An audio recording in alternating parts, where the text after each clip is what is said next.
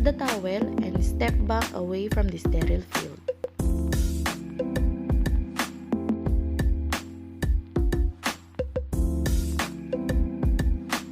Drop the towel on the floor. Cross gown at the neckline, then step back, allow the gown to fall open. Find the sleeves of the gown and slide both arms without extending through the cuffs.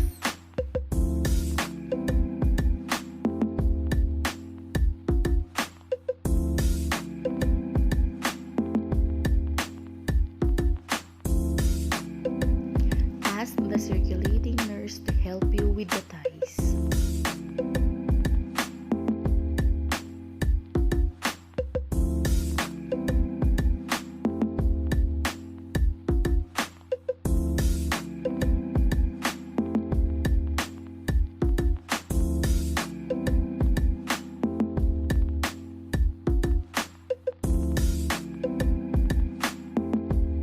Open the sterile wrapper, keeping fingers inside the sleeves.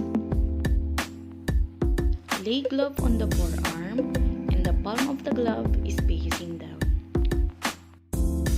Grab the inside glove through the gown, keeping fingers inside the gown.